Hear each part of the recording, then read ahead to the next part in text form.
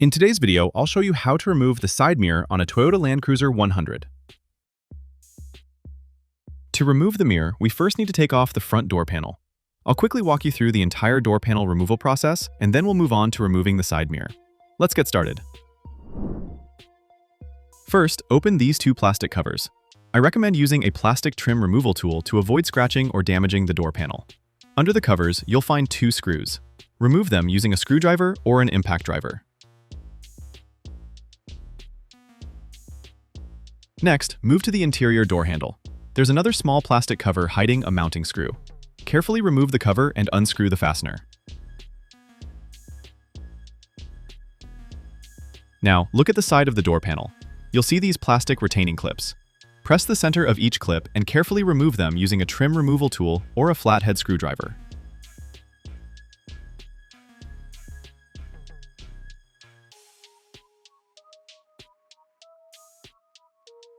Next, move to the bottom of the door panel and remove the 4 screws securing it in place.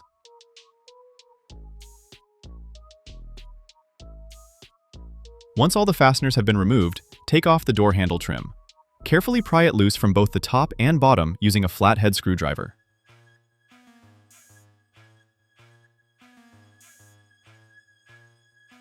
Now you can remove the door panel itself. Start from the bottom, gently releasing the retaining clips one by one, and continue working your way up until the panel comes off completely.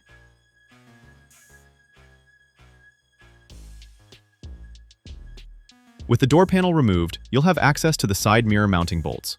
At the upper front corner of the door, remove the 3 bolts holding the mirror in place. Then disconnect the electrical connector and the side mirror can be removed from the vehicle. And that's it. As you can see, removing the side mirror is a straightforward job. Just take your time and be careful not to damage any of the plastic clips or trim pieces.